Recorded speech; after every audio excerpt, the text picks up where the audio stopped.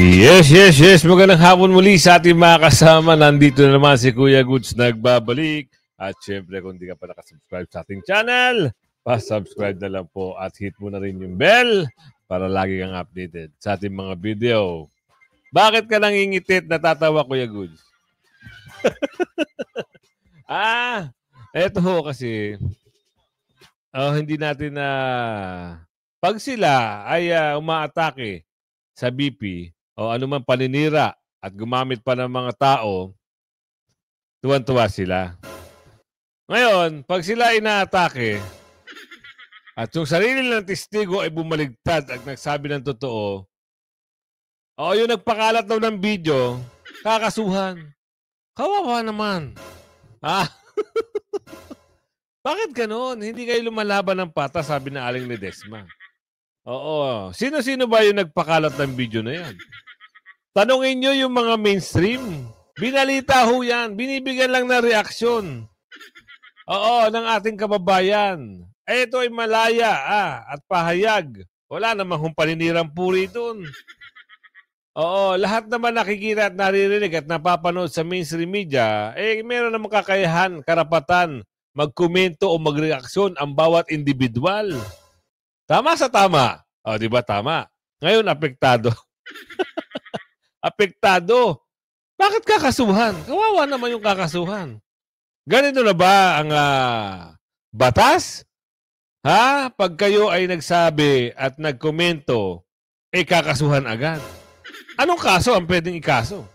Yan ang tanong. At dito proklamasyon ni Marcy Teodoro bilang mayor ng Marikina, yung maapila pa yung talo.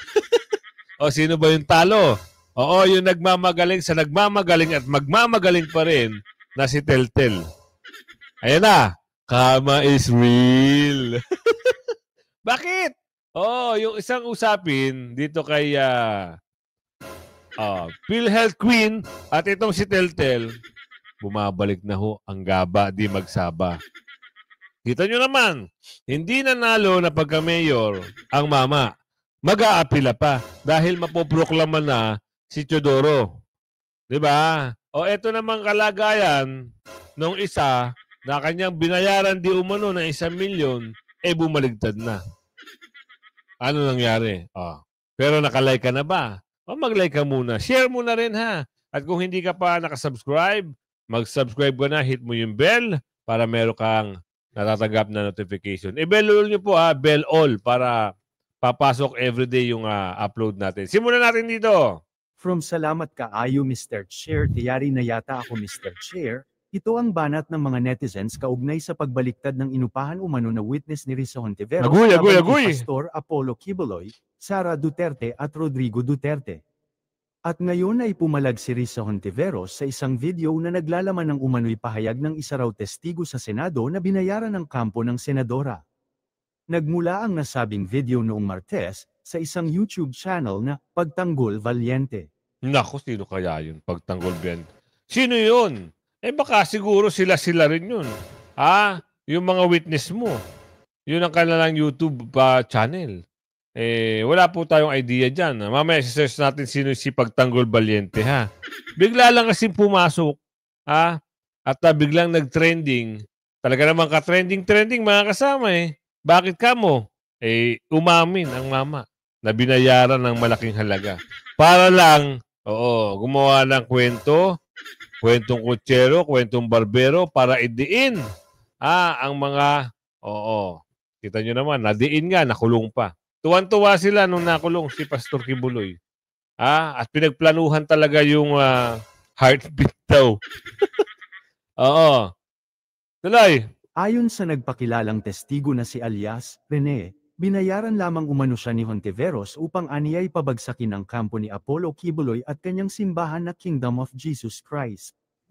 Ako po yung kinuhang witness ni Senator Risa Hontiveros na nakatakip yung mukha, pero ngayon hindi na sapagkat nagsasabi na ako ng totoo, saad ni Rene.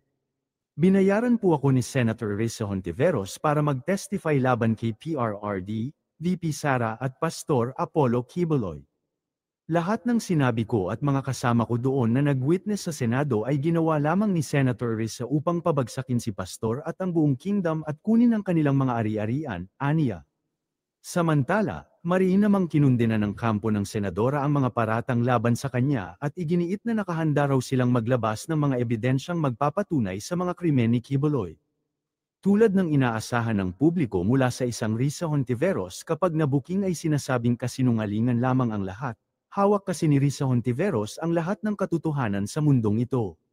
Kasinungalingan ang mga alegasyon ngayon mula sa nagpakilalang dating testigo sa pagdinig ng Senado ukol sa mga krimen ni Pastor Apollo Quiboloy, saad ni Hontiveros. Dagdag pa niya, sangkaterba ang ebidensya ng aking opisina na magpapatunay na gawa-gawa lang ang pahayag ngayon ng taong yan.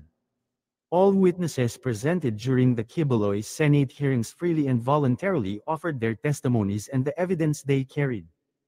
Matatandaang si Hontiveros ang nanguna sa investigasyon ng umano'y mga katiwaliang nagaganap sa KOJC sa ilalim ng pamumuno noon ni Quiboloy kabilang na ang sex trafficking operation. Siniguro din ni Hontiveros na magsasampa sila ng kaukulang legal response laban sa mga nasa likod umano ng pagpapakalat ng nasabing video. We are preparing our serious legal response against this act of harassment and intimidation. Agoy. Pag kayo ang sinisilip, kayo ang binibigyan ng tawag dito, kayo ang nakikita dahil may nakikitang mali. Umaalma kayo. Saklap, di ba? Ano na ngayon? Problema ito. Kakasuhan nyo si, ano pangalan no? Valiente. Anong gagawin natin dyan? Kawawa naman yung tao. Baka sila yun. Umamin lang talaga. Ano sa palagay nyo mga kasama? Pero pag sila ang umaatake sa kanilang mga inaatake, masasaya sila. Nagbubunyi sila. Pag sila ngayon, iyak. Sobrang iyak. Ngaw-ngaw ng ngaw-ngaw. Diba? Ano sabi rito? Tapusin natin usapin dyan. Sabi ni Mamang Keso, ang impeachment pwedeng ma-dismiss. Kita nyo na. Pwedeng ma-dismiss. Ayun yung balita rito ha. Hindi tayo nag-iimbento. Impeachment maaaring ipa-dismiss ng simpleng majority vote ng Senator Judge. Kita nyo? So numbers gaming, sino ang mga kaalyado ni Bibi Sara? Kung sila ay pumabor kay Bibi Sara, ang natira na lang doon sa mga minority, lilima, panalo ang majority. So, aanuhin pa natin yung impeachment trial nito? Meron bang trial talaga? O i-dismiss na lang ito ng bigla-bigla? Yan, alamin natin to. Walang bawal na motion. Ito ang binigyan diin ni Senate President Francis Jesus Cordero sa usapin kaugnay ng mga proseso sa impeachment trial ni Vice President Sara Duterte. Partikular ito kung may tatayong Senator Judge upang magmosyon na i-dismiss o ipawalang bisa ang kaso. Yun ang problema ko sa maraming nagsasabi ng kung ano-ano Asan ba yung rule? Asa ba yung provision sa saligang batas o sa rules on impeachment na bawal ang ganito o ganyang klaseng motion? Hindi mo naman pwedeng pigilan ito dahil collegial body ang Senado bilang impeachment court. Dagdag pa ng senador, kapag may magmosyon at may tumutol o nag-object, ay pagbobotohan nito. Yes, always by simple majority. Ang hindi lamang required ng simple majority, 2/3 ang kailangan kapag pagbobotohan na to acquit or convict. Nilinaw din ni Escudero na maaaring may magmosyon na wag nang magsagawa ng paglilitis o trial at i-convict na agad ang pangalawang pangulo. Kung hindi siya boboto para rito, hindi niya anya mapipigilan na mangyari ito. Gayunman, nilinaw ng presiding officer na ulitin natin para maintindihan natin umpisahan natin ulit. Always by simple majority. Ang hindi lamang required ng simple majority, 2/3 ang kailangan kapag pagbobotohan na to acquit or convict.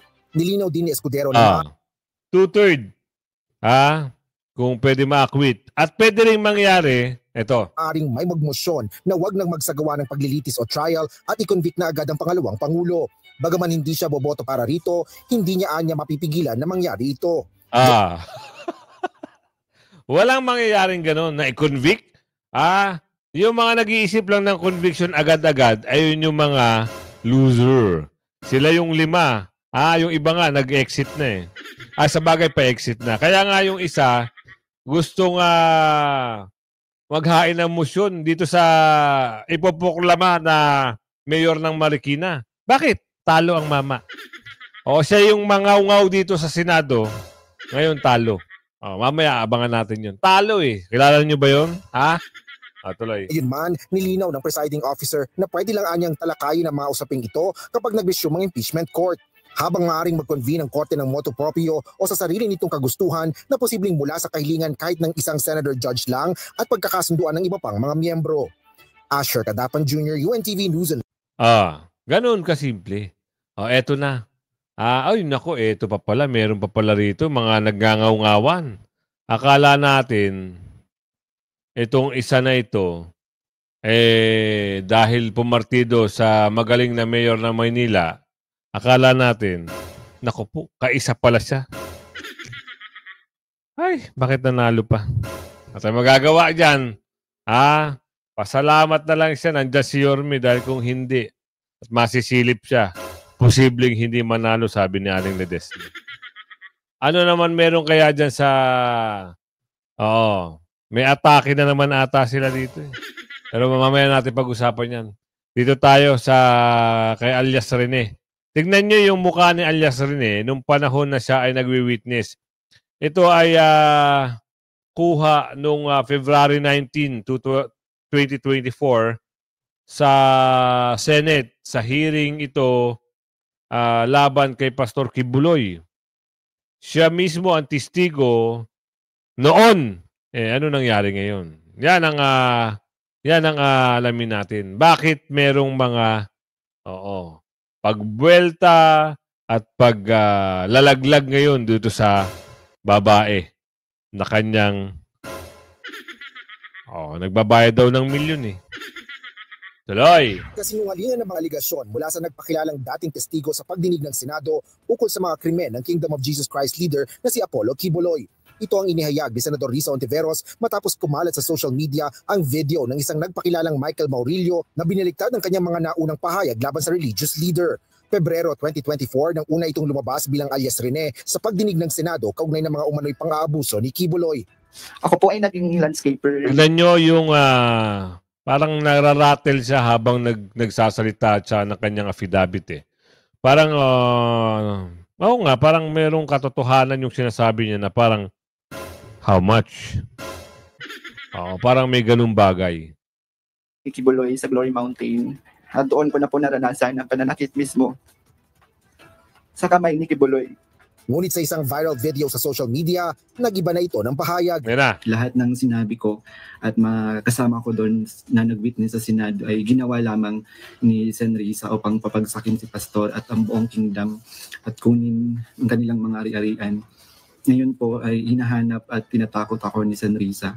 Ayon naman sa Senadora, marami silang ebidensya na magpapatunay na gawa-gawa lang ang pahayag ngayon ni Maurilio. Lahat rin umano ng mga testigo sa Senate hearings kay Kibuloy ay malaya at voluntaryong nagbigay ng kanilang mga testimonya at ebidensya na dala-dala. May mga paper trail din ng mga ito na maaaring patunayan ng maraming mga ahensya at opisyal. Handa ring maglabas ang kampo ng senador ng iba't ibang screenshots at video sa tamang panahon. Naniniwala ang mababatas na si Maurilio ay pinilit o binayaran para sirain ang kasalukuyang criminal proceedings laban kay Kibuloy. Gayon din na nakababagabag na pananakot sa mga tauhan ng senadora at ng mga saksi na nagsalita laban sa sinasabing kasuklam-suklam ng mga gawain ng religious leader. Bunsod nito, naghahanda na ang kampo ni Hontiveros ng seryosong legal na tugon laban sa naturang harassment at intimidasyon. Anila, hindi nila palalampasin ang mga nasa likod ng pananakot na ito. Asher Kadapan Jr. Grabe, no? Bahala sila. Anong problema nila sa sarili nila? Ito! Proklamasyon ni Teodoro. Questionin. Kayo na bahala humusga. Pag talo na. Wala nang ganung question. Talo ka na Tsaka hindi ka gusto ng taong bayan. Oo, kasi sinira mo yung pangalan mo. Sinira mo yung apelido mo. Oo, ganda-ganda ng apelido nyo, lalo-lalo na yung tatay mo. Sinira mo. Sino ba yung nababanggit dito? Siya si Teltel. Siya yung ngaw-ngaw ng ngaw-ngaw pagdating sa mga Duterte. Ano meron dito? Dante, kailan na maipoproklama si Mayor Marcy at may reaction ba ukol sa naging desisyon ng COMELEC? Ganang mag-aaga inihayag ni Commission on Elections o COMELEC Chairman George Erwin Garcia na nasa pasya na ng City Board of Canvassers ng Marikina City kung kailan nila ipoproklama si Mayor Marcelino Marcy Teodoro bilang nanalong kinatawan ng unang distrito ng lungsod. Sa ngayon, aga ay sinisika pa nating makuna ng reaksyon dito ang alkalde. At sa mahigit nga 30 May alkalde, first district eh. Kongresista ito. Tumakbo siya. Dating mayor, tumakbong kongresista. Yung isa ata, tumakbo rin ng pagkakongresista sa first district, talo. Ngayon, magka-question siya. Kalaban ito ni Marcy, itong si Teltel. Ngayon, tuloy. Pahinang desisyon ng Comelec Anpang, pinagbigyan ito ang inihayang consolidated motion for reconsideration ni Teodoro. Sa botong 403 o 4 ang pabor, walang tutol at 3 naman ang walang partisipasyon, binaliktad ng Comelec Anpang ang naunang desisyon ng kanilang dibisyon na pagkansila sa Certificate of Candidacy o COC ni Mayor Marcy dahil sa material misrepresentation o pagsisinungaling umano sa Certificate of Candidacy o COC. Ayon sa desisyon, hindi napatunayang nagsinungaling si Teodoro sa kanyang COC, partikular nang sabihin nitong siya ay magiging botante ng District 1. Ang kanya-kanyang deklarasyon ay in good faith o walang intensyon na manlito. Sa iso ng domicile o residency, sabi ng Comelec Anpang, napatunayan ni Teodoro ang reacquisition ng kanyang domicile sa Barangay San Roque sa 1st District ng Marikina at pasok sa 1-year requirement sa ilalim ng konstitusyon bago ang May 12, 2025 elections. Kaugnay nito, inaris ng Comelec Anpang ang suspension order laban sa proklamasyon ni Mayor Teodoro bilang nanalong kinatawan ng unang distrito ng Marikina. Reinstated o ibinalik din bilang valid o may visa ang kanyang kandidatura. Samantala, aga binatikos naman ni Senator Coco Pimentel na isa sa mga petitioner sa kaso ang desisyon ng Comelec. Ayan na. Bakit petitioner ka? Bakit iyakin? Binatikos daw. Bakit ungaw-ngaw na naman? Wala na hong papel. Sira ang karir. Ito anya ay mockery o pangungutya sa saligang batas. Dagdag pa nito, pupunta sila sa Korte Suprema upang questionin ang ruling ng Comelec Anpang. May 5 araw ang mga petitioner para makakuha ng temporary restraining order o TRO para pigilan ang pagpapatupad ng desisyon ng Comelec. Grabe, no? Wala na talaga. Oo, dahil sa kagustuhan umupo, na pagkakongresista, ngayon maghahain ng petisyon. Wawa naman ang bama. Talagang gusto pa rin umupo sa pwesto kahit tayo nasa kanya ng mga taong bayan. Saklap, no? Eto. Ano meron dito? Ito yung mga pag-uusap na naman. Ano kaya to? Kapapasok lang nito eh. Meron naman silang mga banat. Ano kaya yung mga banat nila? Panoorin natin, ha? Assistant Majority Leader in Manila, 1st District, Representative Ernesto Ernix M. Junicio Jr. Sir, your opening remarks. Magandang araw po sa ating lahat. Again, nagpapasalamat po kami sa ating mga media partners sa pagdalo dito sa araw na ito sa ating press briefing. Gusto ko lang... Sino naman kaya ang special mention dito, ha? Tingnan lang natin, ha? Oo, kasi tataka tayo pag meron silang ganyan. Puro may pahapyaw dito, pahapyaw doon, merong pangalan na manlulutang. Dati, ngayon may panibagong karakter, ha? May panibagong muka. Taga Maynila. Akala ko nga ito hindi makikisawsaw eh. Ito na. Siya na yung pumupront ngayon. Tuloy. Din pong batiin ang ating mga kapatid na Muslim sa buong Pilipinas, buong mundo. Today we are celebrating Muharram, 1st of Muharram, 1447. This is the Islamic New Year, no? Amun Jadid po sa ating mga kababayang Muslim. At gusto na kong puring batiin ang lalo-lalo na po din sa BARM, sa area po namin sa region, that today we are celebrating the first day of the year 1447 according to our advance na natin. Work for every single Filipino. In the case of the impeachment trial under Article 11, we stand by it. This is a constitutional process. This is a constitutional mechanism, and we would continue to stand by it. So, ang usapan pala po talaga natin dito when it comes to the issue of impeachment ay na mananatili po ang di ba? Press con. Unang impeachment agad. Yun kaagad ang gusto nilang pag-usapan. Pwede nyo na bang alisin muna yung impeachment na yan? Kasi, ang nangyayari, ang kababayan natin ang sobrang naapektuhan. Imbis na magtatrabaho, tutulong na lang sa ating kababayan, yung mga nakaupo sa pwesto. Ito pa. Impeachment pa rin ang laging naiisip. Liga na House na we delivered our commitment, our mandate given to us by the Constitution. So, yun po yung pinakabulto na ini-explain po namin dito sa parte ng House of Representatives. Thank you po.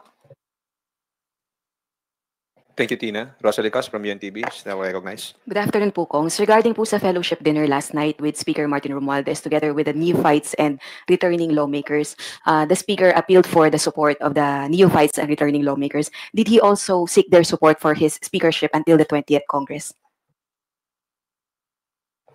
No, actually, yung fellowship dinner, yun yung nag-conclude nung 3-day seminar or guidance para sa mga neophytes and new House members. As far as I know, correct me if I'm wrong, Kong Zia, no, we were there last night. Wala namang appeal na mga ganon for speakership or any support. It's mainly to give guidance and show support to the new members of the House. Tama na, tama na. Oo, kala namin hindi kanila kaisa. Yung pala, iba talaga, ano? Tigil na natin yan. Ang tawag doon na-endorse pa kita. Sinabi ko pa sa kanila na yung mga partido ni Yorme Isko, mula congressman hanggang konsihal, iboto nyo. Ako, may nakapasok pa lang isa. Sa bagay, wala tayong magagawa dyan mga kasama. So next time na lang, bawi-bawi na lang tayo sa next time, ha? 2028, kung may termino pa to, o last term na ba, alam na natin ang totoong kulay ng pula, puti, asul, dilaw, pink. Pero mas maganda matingkad kulay green. Diba? Ganun lang. Wala na tayong, kita mo, ito na naman sila, Dahil kagustuhan nilang maproklama, ang pangalan nito? Ay, ito na. Gusto nilang maproklama. Ano pangalan na to? May Gabriel ang pangalan Umbrella? Nako. Nangangalampag na sila. Dahil gusto nilang sungkitin yung pwesto ng Duterte Youth Party List. Baka ito nga yun, yung umbrella. Tingnan natin, ha? Sabi na Proclaim! Proclaim! Proclaim daw sila! Hindi nga kayo nanalo. Paano kayo pa proclaim? Ang nanalo, Duterte Youth Party List. Ngayon, dahil hindi sila pinoproclaim, kayo naman gusto nyo ma-proclaim. Supreme Court, pwede bang second placer o pwedeng hindi na ito ma-proclaim? Sabi ni Aling Ledesma. Tanong lang, ha? Kasi ang hirap, yung mga tao, mga bata, estudyante, makikita mo dyan. Sila yung nagiging boses. Mantakin nyo. Ganyan ba? Gusto nyo mamuno? Magsilbi? Yung mga nagngangaw-ngaw sa kalsada. Ay paulit-ulit na umikilos at nananawagan para maproklama na ang Gabriela Winter Party List. Proclaim! Proclaim! Proclaim Gabriela now! Proclaim! Proclaim! Proclaim Gabriela now!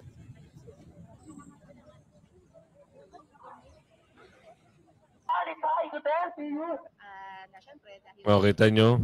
Pati Duterte Youth, diba? Nananahimik yung Duterte Youth, nabanggit pa. Naknam. Ibang klase rin talaga itong gumalaw. Talagang matindi talaga sila. Sila yung mga, alam mo yung mga grupo na iba yung gusto. Mapamanalo, mapatalo, iba yung mga galawan. Ang saklap, di ba?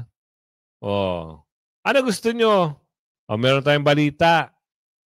Ano yung balita natin? Yung mga courtesy resignation, sisibakin daw, di umano. Sana totoo na yan. Sibakin nyo lahat. Para hindi kayo mapulaan. Mapulangaw. Diba? Nak ng tipakalong talaga. Woo! Antibay nyo. Ang gusto nyo lang. Paano naman yung taong bayan?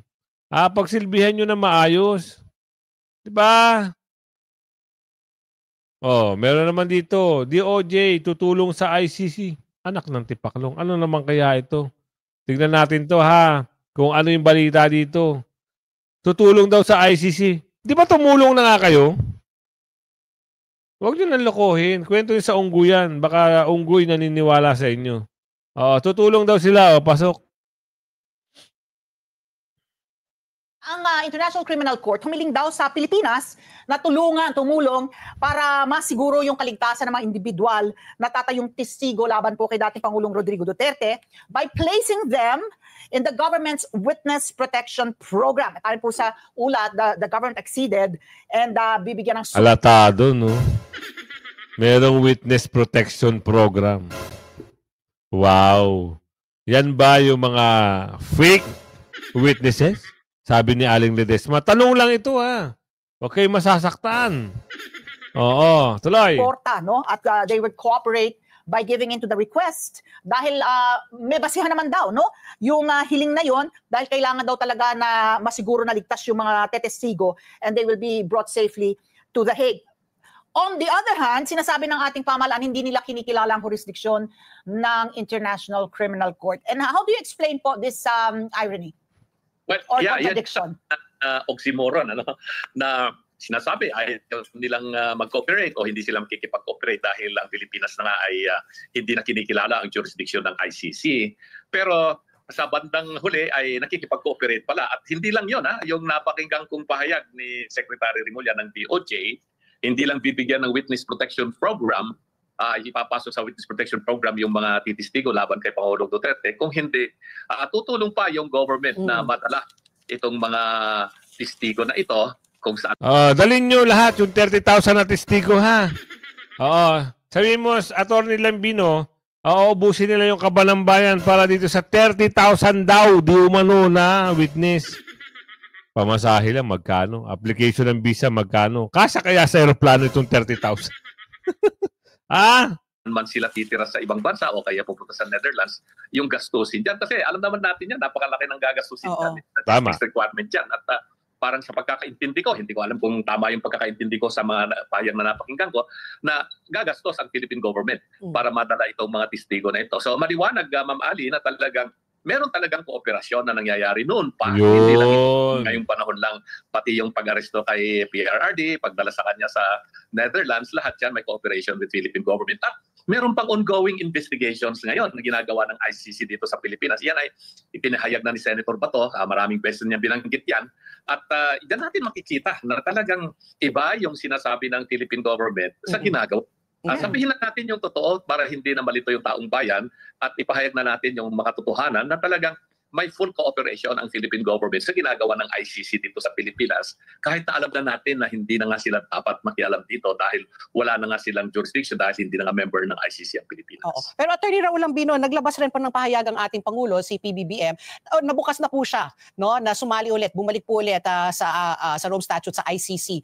Sa tingin niyo ho ba, ito ba ay makakabuti para po, yun nga, sabi mo nga, no, na hindi na tayo kasali. Pero ngayon, kung sakali man sumali po tayo, mas ngayon lalawig, mas magiging ano na talaga po yung basehan ng ICC, no, para humingi po ng mga testigo para patunayan po talaga yung mga EJK po na nangyari po sa panahon po ni PRRD.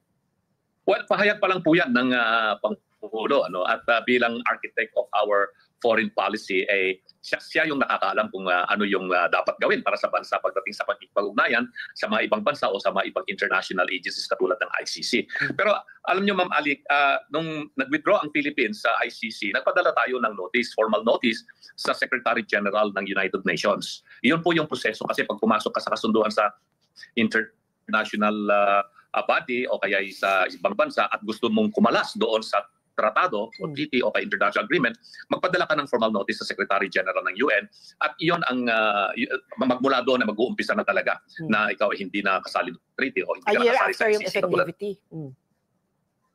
Pero dahil kumalas na nga tayo sa ICC, wala nang tratado na pinirmahan ang Pilipinas pagdating doon sa Rome Statute. Ngayon, kung papasok muli ang Pilipinas bilang membro ng Rome Statute o ng ICC, ang tanong ko, kasi ito hindi pa malinaw ito wala pang naging decision dito ng Korte Suprema o ano pa man, kailangan pa bang dadaan muli yan sa Senado? Ira-ratify pa ba uli yung magiging hakbang ng Pangulo ngayon na katulad ng ginawa nung unang inaprubahan natin itong Rome Statute noong 2011? Sa aking palagay, dapat muli napapasok uli yan sa Senado. So kung ano man po ang magiging hakbang ng Pangulo ng Pilipinas ngayon, nababalik tayo sa ICC, ay palagay ko yung aksyon ng Presidente ay idadaan muli yan sa Senado sa pamamagitan ng ratification process na kailangan po ng 2/3 of all members of the Senate. Pero hanggang sa ngayon, pahayag pa lang po yan. Wala pa naman po specific action o kaya yung gagawin ng Pilipinas na papasok sa pagbabalik. Diba? Yan ang pahayag nila. Pero nakikita natin dito, totoo, merong mga sabuatan nangyari. Di umano, sabi ni Aling Ledesma. Ang galing ni Aling Ledesma. Totoo naman eh. Nung una, ang statement nila, ayaw nila. Hindi sila makikialam. Nung mga bandang huli, sila na mismo ang nagsalita. Kaya nga sabi, ang isda nahuhuli sa sariling bibig. Ito na. Halos sila na rin ang umamin. Diba? Muntik pa nga sila maglaglagan sa hearing ni Ate Amy. O yan, kumabot ka sa ating video na ito. Saan lugar ka man, shoutout sa'yo ng bonggang-bongga ha. Hanggang sa muli, like and share. Bye-bye!